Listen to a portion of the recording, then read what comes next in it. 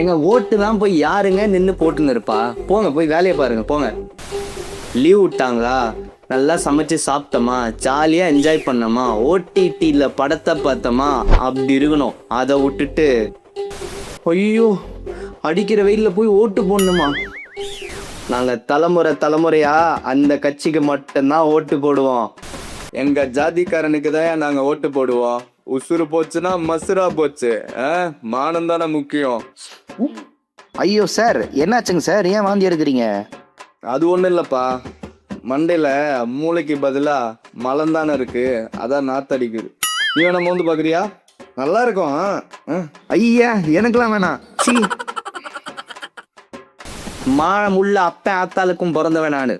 மானமுள்ள தமிழனுக்கே என்னுடைய வாக்கு.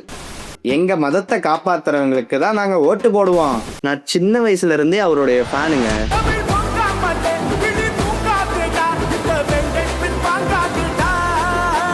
எங்க தலைவர் எங்களுக்காக அவர் தொழில் அவ்வளோ கோடிகளை விட்டுட்டு அரசியலுக்கு வர்றாரு. நாங்க தானே அவர் கூட நிக்கணும்.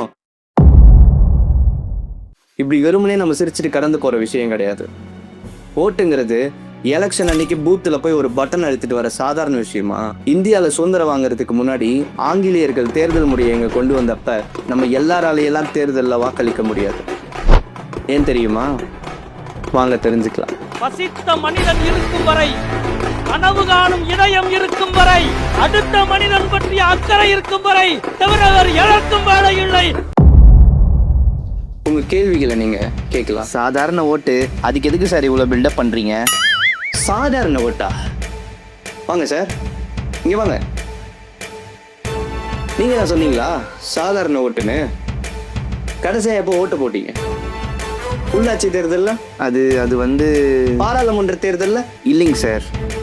பஞ்சாயத்து எலெக்ஷன்ல? இல்லை சார். ஒரு ஓட்டு வாழ்க்கையில போட்டிருக்கீங்களா? ஓட்டு போட்டிருக்கேன் சார். பிக் பாஸ்ல வாட்டர்மெலன் ஸ்டார் இருக்கு. ஓட்டுங்கிறது பிக் பாஸ்ல போய் ஓட்டு போறது கிடையாது. ஒட்டுமொத்த மக்களுடைய ஜனநாயக உரிமையை ஒத்த விரல்ல வச்சிருக்கிற வெயிட் தான் ஓட்டு. போங்க போய் உட்காருங்க. ஐயோ இப்ப நான் ஏன் கத்தி கதிரேசன் மாதிரி பண்ணிட்டு இருக்கேன்? மணிக்கோ. Okay, joke apart. இன்னில இருந்து 100 வருஷம் பின்னாடி போனா ஆங்கிலேயர்கள் இந்தியாவில் தேர்தல் முறையை கொண்டு வந்தப்ப எல்லாராலையும் வாக்களிக்க முடியாது. அப்ப வாக்களிச்ச மக்கள் அன்னைக்கு இருந்த ஜனத்தொகையில இருந்து 10% மட்டும்தான் வாக்களிச்சாங்க. அதுவுமே சாதி மத ரீதியா தனித்தனி தொகுதிகளா பிரிக்கப்பட்டு இருந்துச்சு. இது மக்கள் கிட்ட தேசிய உணர்வை விட பிரிவினையை தான் அதிகமா ஏற்படுத்துச்சு. அந்த வாக்களிச்ச 10% மக்களுமே யாருன்னா, சொத்து வரி கட்டுறவங்க, அரசாங்கத்துக்கு வரி செலுத்துறவங்க, குறைஞ்சபட்ச கல்வி தகுதியா பட்ட படிப்பு முடிச்சிருக்கிறவங்க. எப்படி 100 வருஷத்துக்கு முன்னாடி டிகிரி முடிச்சவங்க தான் ஓட்டு போட முடியும். இங்க நம்மள எத்தனை பேரோட தாத்தா பாட்டிலாம் ஸ்கூலுக்கு போயிருப்பாங்க? இப்படி குறிப்பிட்ட நபர்கள் மட்டும்தான் வாக்களிக்கக்கூடிய ஒரு சூழல் இருந்துச்சு. இந்தியா சுதந்திரம் வாங்கினதுக்கு அப்புறமா 1950 இந்திய அரசியலமைப்பு சட்டத்தின் மூலமா அனைவரும் வாக்களிக்கக்கூடிய உரிமையை நமக்கு வழங்கினாங்க. அப்போ கூட 21 வயசு பூர்த்தியா இருந்தா மட்டும்தான் ஓட்டு போட முடியும். 1950 இருந்து சரியா 39 வருஷம் கழிச்சு, அதாவது 1989ஆம் ஆண்டு அதே இந்திய அரசியலமைப்பு சட்டத்தின் பிரிவு ஆர்டிக்கல் 326 திருத்தம் செய்யப்பட்டு வாக்களிக்கும் வயது வரம்பு 21 இருந்து 18 உயர்த்தினாங்க. இது யங் ஜெனரேஷனோட ஓட்டை அரசியல் களத்துல முக்கியமாவே பார்க்கப்பட்டுச்சு. இவ்வளோ விஷயங்கள் கடந்துதான் நம்ம எல்லாருமே ஓட்டு போடக்கூடிய சூழல் இங்க நடந்துச்சு. ஆனா அப்பயுமே நிறைய பேர் ஓட்டு போட வர்றதே இல்லை. அப்படி ஓட்டு போட வரவங்களும் சாதி மத ரீதியா ஓட்டு போடுறாங்க, இல்லைன்னா கண்மூடித்தனமா ஒரு சில கட்சிகள் ஆதரிக்கிறாங்க.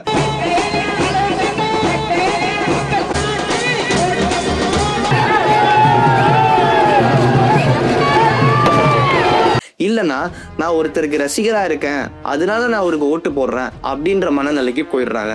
இது எல்லாமே தப்பு தான். நீங்க யாருக்கு வேணா ஓட்டு போடலாம், அது உங்களுடைய தனி மனித சுதந்திரம். ஆனா பணத்துக்காகவும் பொருளுக்காகவும் நம்ம ஒருத்தருக்கு ரசிகனா இருக்கிறதுக்காகவும் தான் ஓட்டு போடக்கூடாது.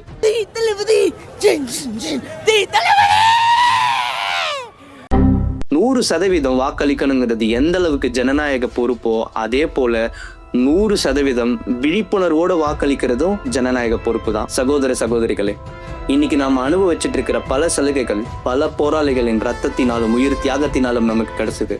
அதை வீணாக்காதீங்க. ஆண்டாண்டு காலமா நம்ம அடிமையா இருந்து நம்மளை யார் ஆளணுங்கிற உரிமையை நம்ம கையில கொடுத்தது தான் இந்த ஓட்டுரிமை.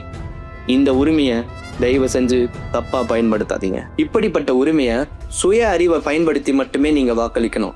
யாருக்கு ஓட்டு போடணுங்கிறத நீங்க தான் முடிவு பண்ணணும். நீங்க பார்க்குற விஷயங்களோ கேட்குற விஷயங்களோ கிடையாது. அது ஒரு மாயை. நீங்க செஞ்சீங்க. இத்தனை ஆண்டு காலம் இந்த தமிழ்நாட்டில் நடந்த நல்லது கெட்டதெல்லாம் யாரால நடந்துச்சு? அப்படி நடந்த கெட்டதெல்லாம் மறுபடியும் யாரால நடக்காம பார்த்துக்க முடியும்?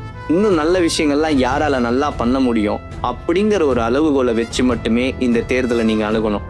சம மனநிலையில யாரோடைய தூண்டுதல் பேரு இல்லாம, யாரோடைய அறிவுரையும் இல்லாம சுய அறிவை பயன்படுத்தி மட்டுமே நீங்க வாக்களிக்கணும். நீங்க தேர்ந்தெடுக்க போறவர் யாரா வேணா இருக்கட்டும், ஆனா அவரை நீங்க தேர்ந்தெடுக்க. சார் கூட்டணியில் உங்களுக்கே வாய்ப்பு கிடைக்கலையா? தேர்தலில் நிற்க மாட்டீங்களா?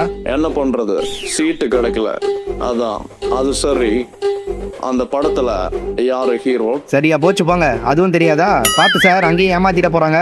எனக்கு தெரியும்டா, நீ சொல்லாத. நீ வாய மூடு. சிறந்த குடிமகன்களாக இருந்து சிறந்த தலைவர்களை தேர்ந்தெடுக்க போகும் உங்கள் அனைவருக்கும் எங்கள் போராடாடா குழுவின் சார்பாக மனமார்ந்த வாழ்த்துக்கள்.